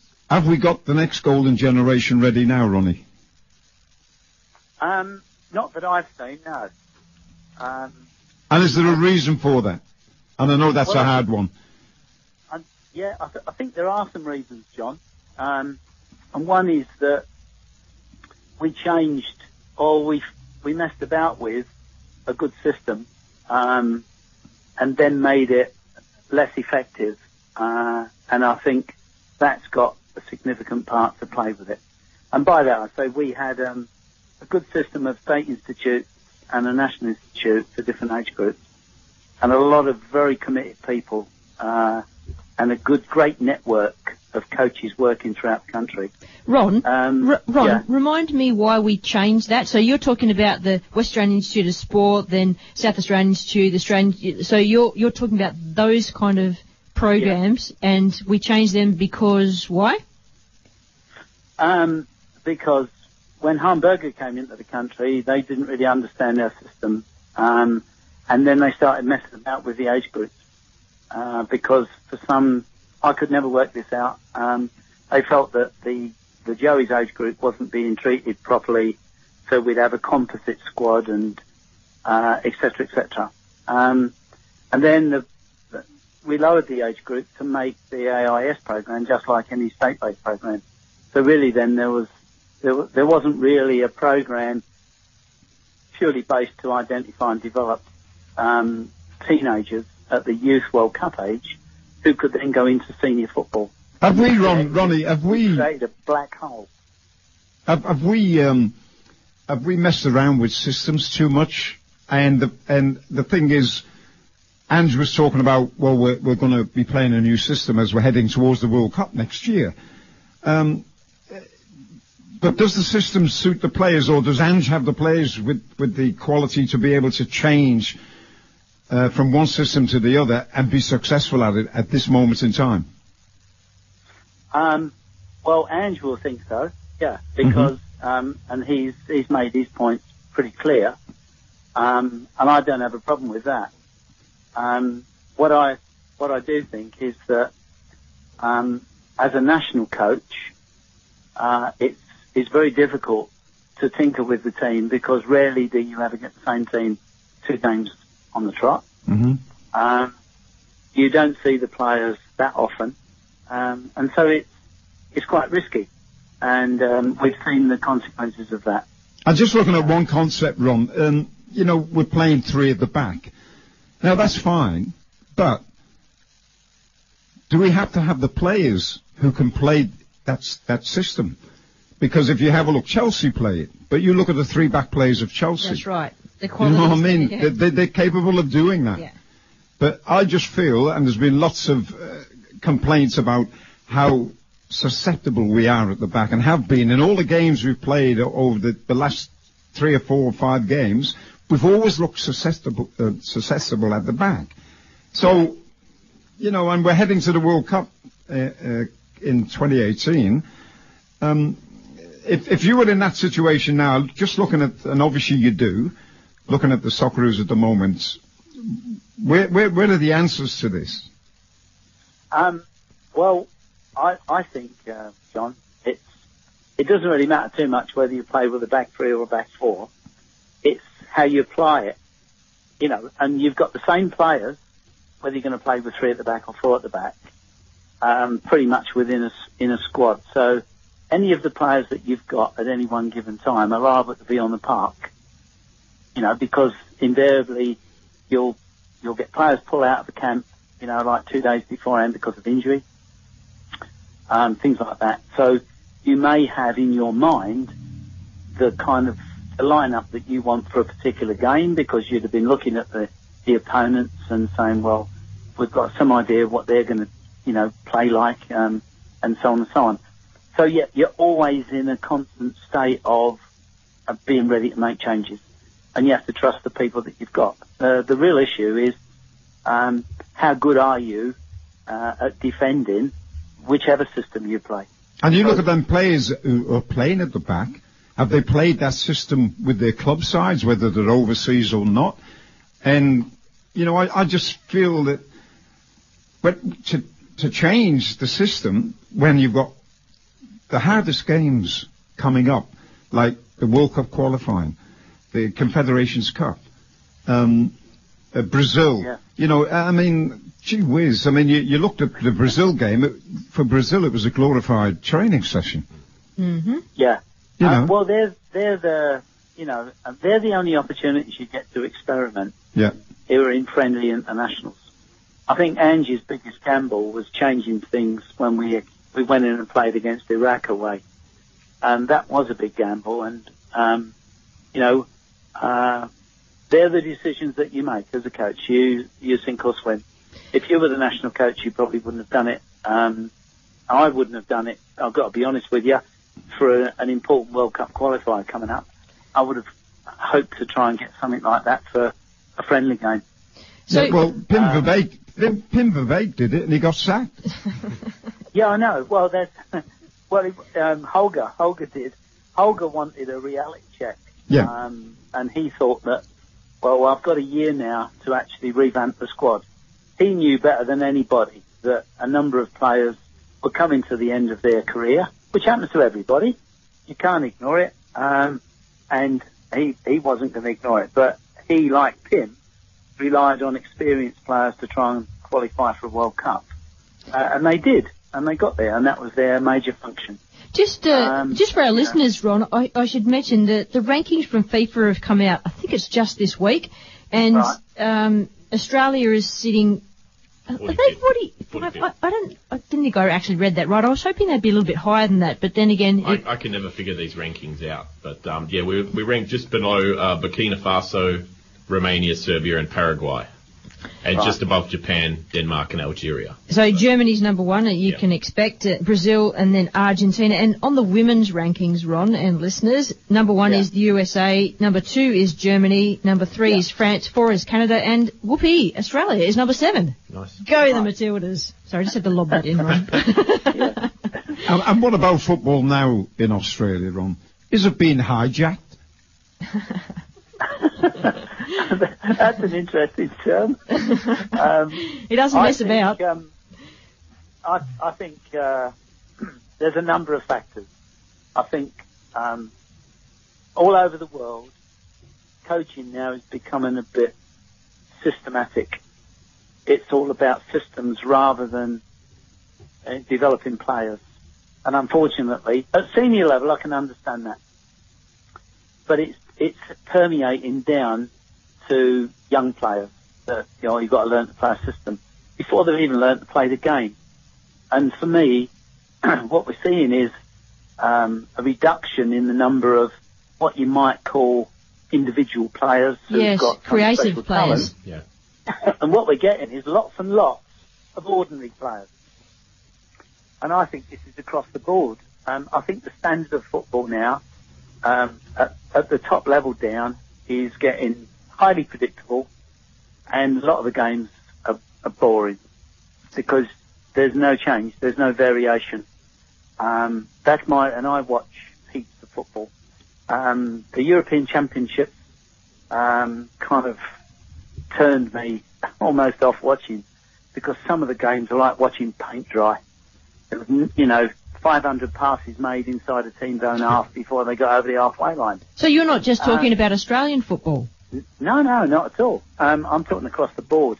And I think if you look at the rankings, I think there's been a closing of the gap between the top teams and the teams in 50th place in world football. But what I'm talking about, Ronnie, is I'm talking about administration of the game being hijacked. And people being put into positions, in some cases, of which they're not worthy of, or haven't done the hard yards to get there. And we had Mike Cockrell and Simon Hill on the programme here in the last month or so. Yeah. And they were damning of the FFA in the way they've been handling the game over the last 10 or 15 years, never mind now, and it's not getting any better. How do we change this? We're talking the boots and the suits, Ronnie. You don't have a contract with the FFA at the moment, do you, Ronnie? No. We do want to get you the sack, Ron. But that doesn't handcuff me. Look, to be honest with you, John, I've one of the reasons I had such great times at the AIS was because I could run the program and do whatever I wanted. Okay? Yep. And my emphasis was on playing the game. So I've never really got too involved in the admin and the politics of the game. I don't like it. I'm not a good politician, I know that. And so I kind of blanked that a little bit, I've got to be honest. Mm-hmm. Because it's not an area where I've got any aspirations to be an administrator or any expertise. So the only thing I wonder is that we seem to be the only sport that employs an awful lot of people who don't have any background in the sport. And I think we've done that for quite a long time. In fact, probably since Frank Lowy took over the governance of the game. No, he may have done that on purpose. But all I would say is that in many respects we've advanced the game enormously. I think the A-League has been, a real tonic for football in this country. Not only in terms of spectators, but also in the whole professionalism of the game. I think it was a necessary step to make progress. One thing doing that. Sorry. Yeah, I was just going to. I'll just say one little thing. What we've done accidentally in changing the game for progress, we've taken away the most important thing for youth development, and that is the opportunity to play football. Prior to the A-League, we had 2 divisions of a National Youth League, and I hate to say it, just down the East Coast. But we had probably 400 to 500 kids, somewhere in that bracket, who could train and play for 11 months of the year. And we got the golden generation out of that. So from 1990 until 2005, young kids growing up in this country had the opportunity to train and play all year round. And then when the A-League started, we actually, because all the clubs left, we actually got rid of all of our youth infrastructure. And we haven't actually replaced it. And that, I think, is the biggest factor why we're struggling now to produce players of real quality. We said it in the 70s and 80s, we'll never produce players if we only train and play 6 months of the year. But surely, in a sense, Ron, that's down to bad administration and organisation. Well, yeah, you could say that, John. I guess in terms of priorities, it was all about making sure that the A-League was going to succeed and survive in the early days. And there wasn't an awful lot of probably discussion about youth development. And the people that were in there had no idea what happened 10 years prior because none of them were from football. And, you know, so, and that's why I say it was probably an accident. I don't think anyone would have done it by design, but we've had to take things in steps. Unfortunately, it took quite a few years before we had the National Youth League, and then that only involved less than 200 kids throughout the whole country, which is a drop in the bucket. And it's a very small, it's a very short competition as well. Exactly. Well, now I think it's it's only gone 8 from games 18 games to 8. Yeah. So, you know, wonder what the point is. Yeah, exactly. So if I had a magic wand and I could do something now to change the situation, I would introduce youth competitions in every state. Yep. Because I think now you would be able to do that and have decent competition, have you know, the opportunity to field, say, 3 or 4 players under 23 who've got aspirations of playing A-League. And that would strengthen a comp. I reckon now the numbers must have doubled from 25 years ago in the game. I think we could do it. Because for me, you can have all the coaches under the sun, you can have all the academies you want, but if the kids don't play, you ain't going to get what you want. So where do you see your input in football in this new generation, the work that you've put in over the years at the Institute of Sports and things like that? Do you see it now? Is it being of benefit out there at the moment? Of what we did at the AIS? No, that's a bygone age. And the football philosophy that we had has just been forgotten about. Well, no one's really ever asked what we did, to be honest. So now, as I say, we've gone from, I think, not just from the AIS, but a whole attitude towards coaching young players, of teaching them good skills and how to play the game and improving technique and everything else, to one now where I think it's more about how do you teach one system. Yes. You know, so I personally think that's not a good idea, particularly for youth players. Ron, we are going to have to let you go. It's been fantastic catching up with you and having a chat. We could do it for a lot longer, but we won't. Okay, Penny. We're going to have a catch up with Josh Risdon. Don't get upset now, Ronnie. What's that, Jono? Don't get upset. Don't worry. We'll have you back on for a chat, Ron, okay? No problem. Appreciate your time today, Ron, and enjoy the Young Matildas games for us. Yeah, I'll go and watch them on Monday. Yeah. Good lad. Cheers, Ronnie. Thanks, Ron. Bye. Cheers, then. Bye. Okay, bye. That was Ron Smith. Nice fella. We are going to catch up and have a chat to Josh Risdon shortly, but we probably want to mention the FFA Cup fixtures, but maybe we'll do that when we've got Josh on the line, because Wellington I was just looking. Canberra Olympic, who we know will be playing Sorrento. They're the team, if you remember them from last season, their goalkeeper was their penalty taker. Yeah. And they actually won their quarter-final match thanks to a penalty taken by the goalkeeper in the 96th minute of the match. So something to watch out for. Is that in Canberra? No, that's over here at Sorrento. Sorrento. Over here. I've got to say, I wonder if Jason would be watching it. Oh. Oh, yeah. He's up in Canberra, He is isn't he? indeed, yeah. And all the games are going to be live on SBS and Fox, I think. Is it on SBS as well? Yeah, it's on SBS, yeah. But I think they're on Fox too. But yeah, definitely on SBS, free to air, that is. Yeah. This is the World Football Program. We've just been chatting with Ron Smith, who's a football analyst. I think he likes to call himself these days, but got a finger in the football pie. Yeah. No, go on. It's okay. And we're going to have a chat. I was just going to say quickly, Danny De Silva was on ABC this morning talking about the reason why he joined Central Coast Mariners. Okay. And it was because he felt that they developed, which he is, midfielders, a lot better than any other A-League teams. And Paul Ocon is his coach, right? Tom Roger. Mm. Tom Roger came from Central Coast Mariners. Okay. And look at him now. And he did say Paul Ocon impressed Danny. Yep. And Danny feels he'll get a lot more from because Ned Zellish, of course, was a midfielder as well. Yep. Yeah, interesting. So there you go. That's for Eamon, actually, because Eamon was talking about Danny on the website. So Eamon, if you're listening, yeah, Danny has gone to Central Coast Mariners, and he's looking forward to working with Ned Zellish. Yeah, I hope to see a lot of Danny in the upcoming A-League, actually. It's good to have him back in Australia where we can see he's done a lot of hard work. He's gained a few more tats down his arm, I've noticed. Yeah. And he's looking pretty strong. So I mean, he still intends to go back to Europe and play, but I think he's come for a bit of a break. He's only 20. Yeah, and get things back together again. Yep. This is the World Football Team. We'll be back very shortly talking more football. Playing football. Is it discovering your passion? Or is it having fun with your mates? Is it celebrating greatness? Representing your country? Or is it the perfect play? Find out what playing football means to you.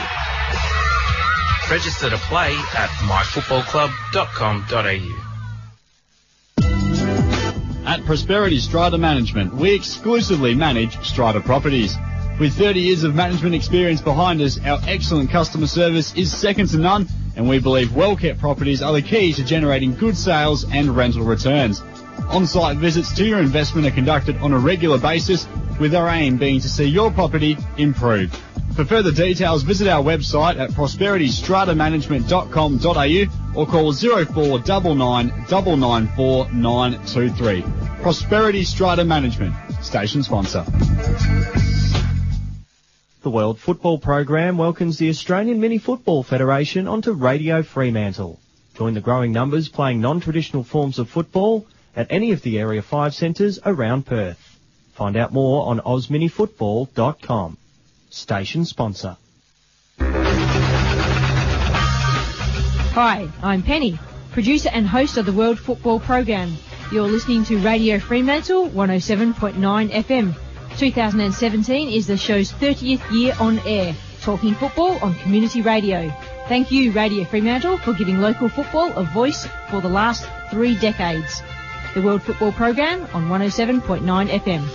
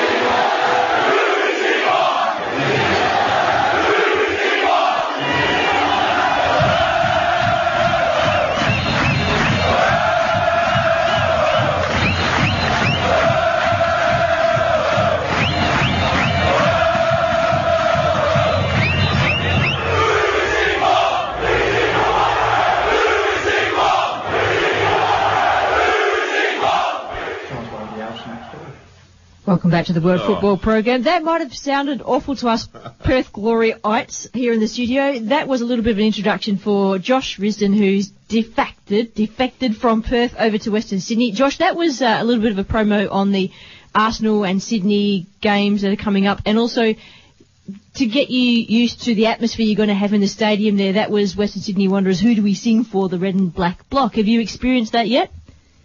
Hi guys. No, not yet. I haven't, but yeah, definitely looking forward to it. Yeah, hopefully hearing that against Arsenal for my first outing. Yeah, do you think you're going to get a gig for that one? Are you pumped? Have you been told that you're up on for that one? Haven't been told anything yet, but yeah, hopefully be selected for that one. Yeah, that'll be an unreal to get my time underway here against one of the biggest clubs in the world. Now, Josh, I have to say that if you don't get a gig and it all turns pear-shaped or whatever, feel free to come back to Perth, all right? I'll keep that in mind. Josh, John O'Connell, how are you, lad?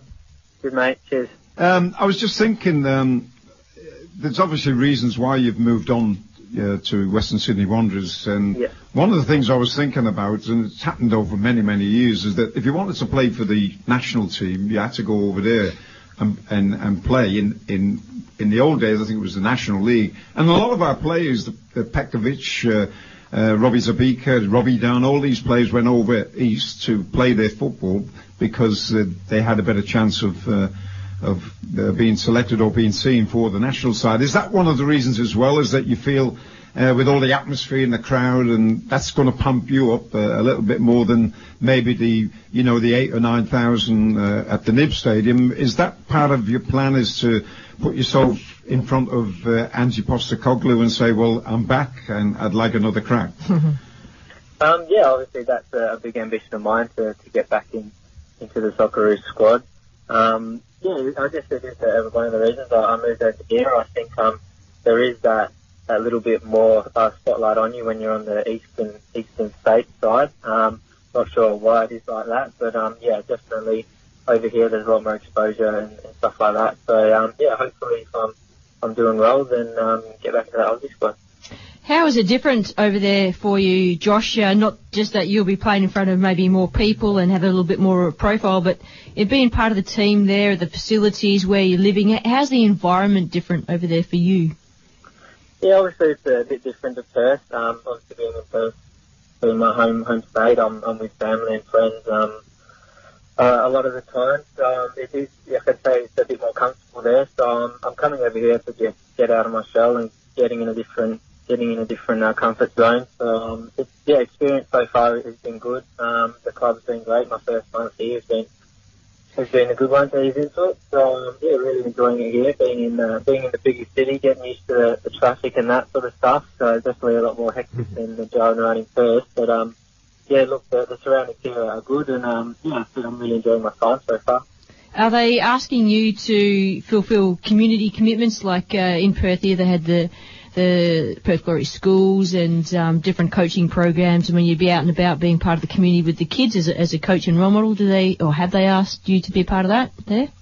Yeah, so obviously Western Sydney is well renowned for a lot of clubs and a lot of players that they've produced in those areas, so they want to keep that involvement with the kids coming through there. So yeah, we do a lot of visits out to schools and to junior clubs and sort of stuff like that. So yeah, the club's very involved with getting the players out to the community and getting that name out there.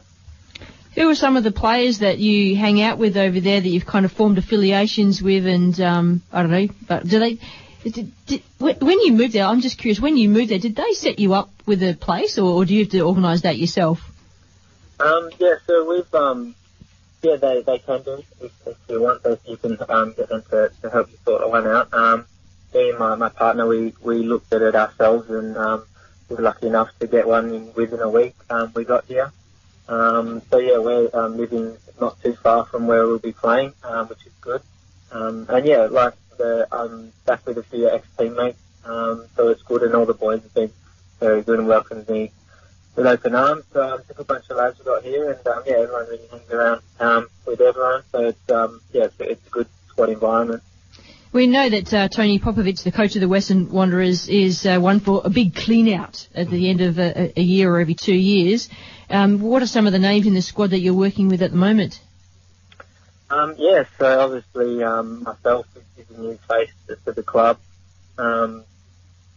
Rolly Bonavazzi, Michael Slate, obviously Brady being an ex-teammate. So yeah, there's obviously a few new faces at the club, which is good. I'm just not the only one. So yeah, but like I said, all the boys have welcomed all the new boys very well, and it's a good, real close bond with the players and that. Yeah, Tony Popovich is, I would imagine, is a bit of a taskmaster. I mean, he's the only Australian coach who's won the Asian Champions League, and he did that in his first, I think it was his first season. They've obviously tapered off a little bit, but are you looking forward to working with him, and maybe he's the one who might give you that opportunity to get back into the national squad, as well as change, if it need be, your game, and maybe he sees things in you that probably Kenny Lowe, the coach of Glory, didn't see?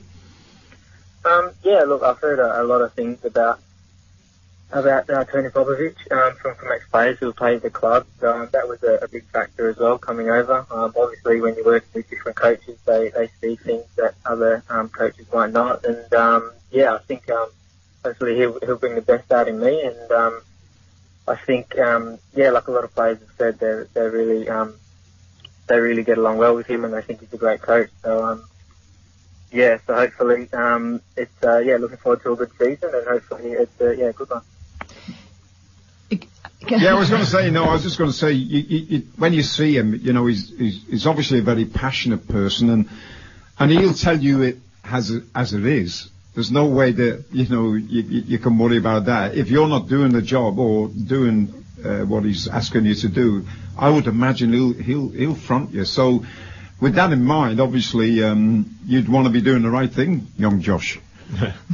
Yeah, definitely. I think, if you're not doing the right thing, he'll let you know. But it keeps you on your toes and keeps you wanting to improve and to do the right things, and eventually they'll become natural to you. So, he instills things in every player that he wants part of his system. So, hopefully I can get those on board nice and quick, and really improve the player.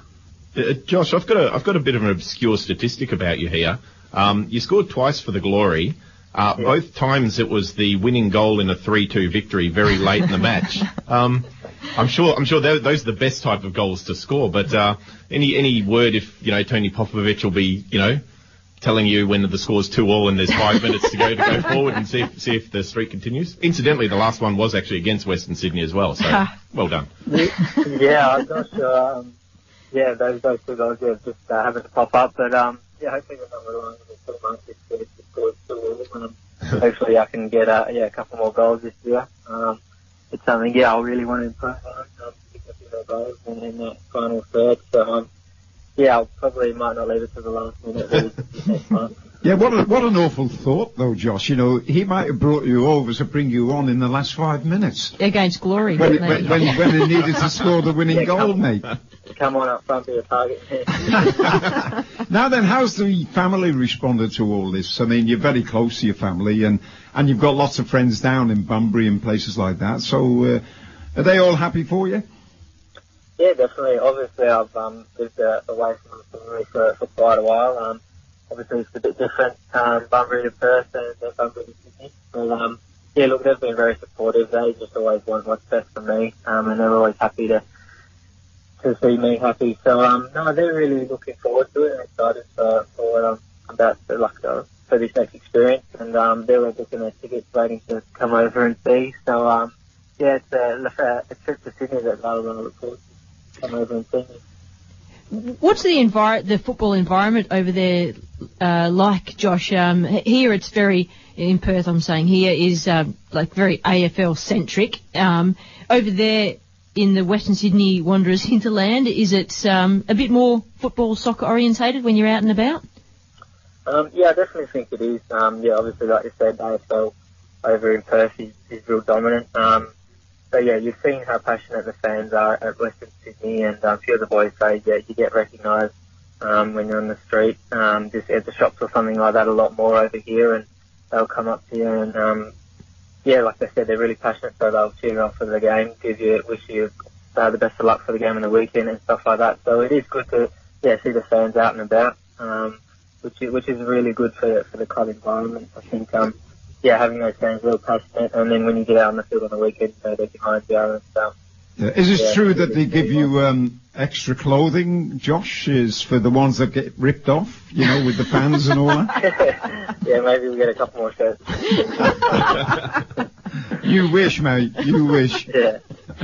Before we let you go, Josh, I thought we'd just rip through the FFA Cup fixtures. Do you have a list there, Pete? I've got the Perth fixtures. I've got the fixtures. So on the 26th of July, we've got 4 matches. We've got South Melbourne at home against Edgeworth FC, Hills Brumbies at home against Hakoah Sydney East. That's a Sydney derby there. Bankstown Berries against Northeastern Metro Stars, and our own Sorrento FC hosting Canberra Olympic. As mentioned earlier, that's the team with the goalkeeper that likes to take the penalties. Yep. On the 1st of August, we got 4 more matches. Heidelberg will play host to Perth Glory. Peninsula Power will be at home against Melbourne City. Olympia, which is a Tasmanian team, will be playing against Apia Leichhardt. And Western Sydney Wanderers will be hosting Wellington Phoenix in the first of the A-League Derby types.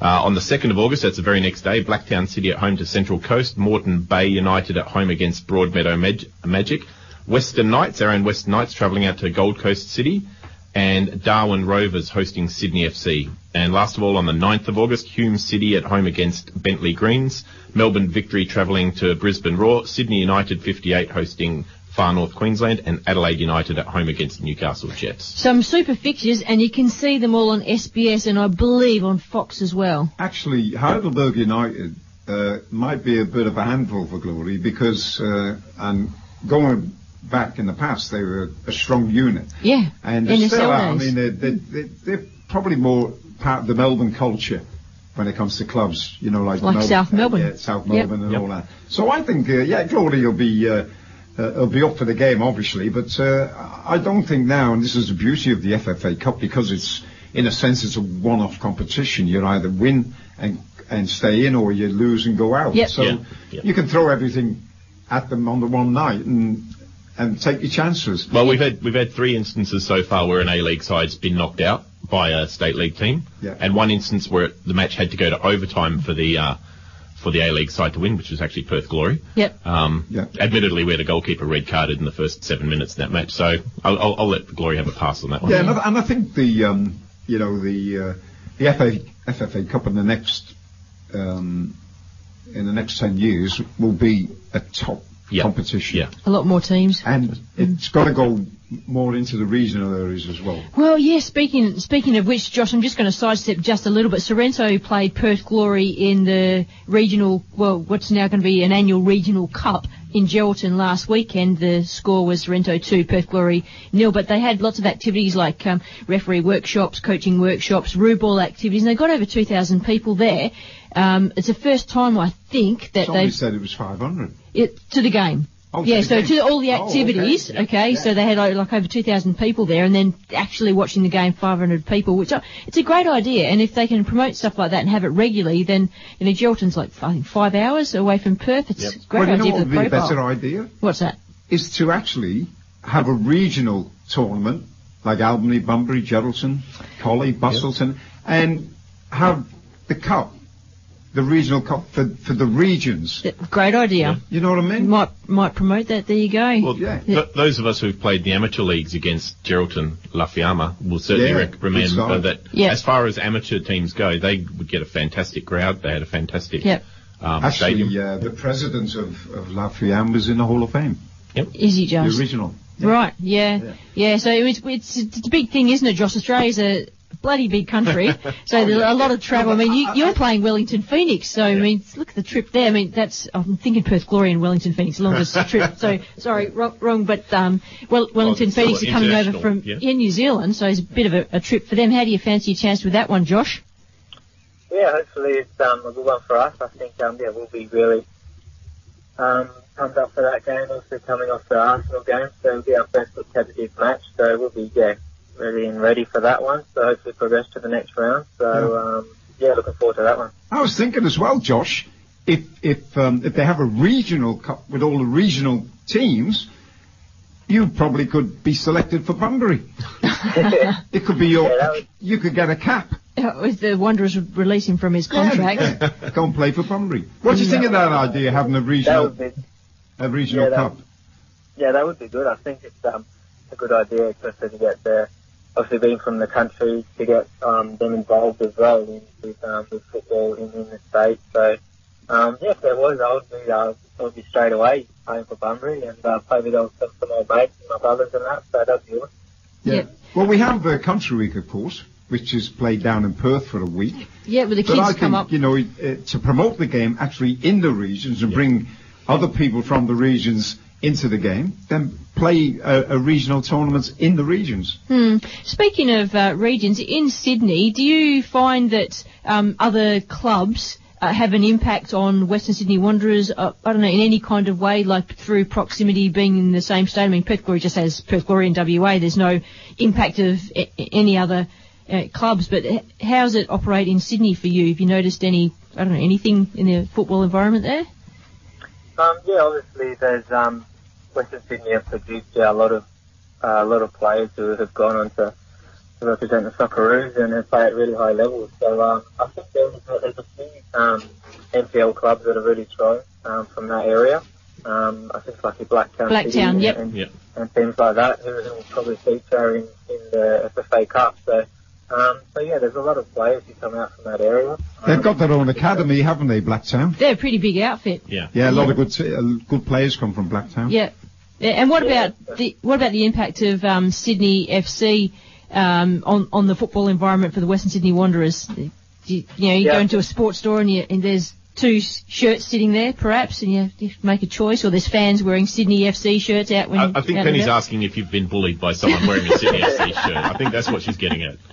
Yeah, I think that's just nothing but good for the football in Sydney. It creates that rivalry. Yes. Yeah. And then you got two mates on the weekend, and one goes to Sydney FC and one goes to Western Sydney, and it's just they split up for a couple of hours on a Saturday and go watch the game and see their team win. So I think that's that's something I look forward to. But obviously it's not in Perth or in some other states, but that rivalry will be awesome, and can't wait for that first derby. 40,000, Josh? Yeah. Yeah. Yeah. 40,000, mate. Good stuff. It can almost make you famous, Josh. Yes, you do, Josh. Josh, thanks so much for joining us today. Really appreciate your time. Sad to lose you, but like I say, the door's always open as far as I'm concerned for you to come back to Perth, all right? Yeah. Especially when you're famous and, really famous, playing for the Socceroos and you're looking for that lucrative contract. One day it might be Perth Glory you decide to come back to. Yeah. And remember, Josh, now this is your opportunity. It's not in Perth now. It's in Western Sydney Wanderers or up in Sydney. So go for it, mate. Yeah, cheers, mate. Good on you, Josh. Thanks for your time. Cheers, guys. Thanks for having me. See ya. That was Josh Risdon, who is playing for Western Sydney Wanderers now. We do have to mention the playing fields at Murdoch University are nearly ready to be played on, I believe, for Melville. So the facility around it hasn't actually been built, but the playing fields are looking pretty good at the moment. So, at some point through the end of this season, they might actually be ready to be played on. I reckon every time they go to Murdoch now, apparently they have a whip round. You're an absolute shocker. Just right. One. Yep. Go for it. Is there one? Yep. Promotion relegation, is there? Yes, one up, one down. One up, one down. State team in Asia, how is it the amateur state team goes to Asia and plays, and the senior state side doesn't? The amateur side?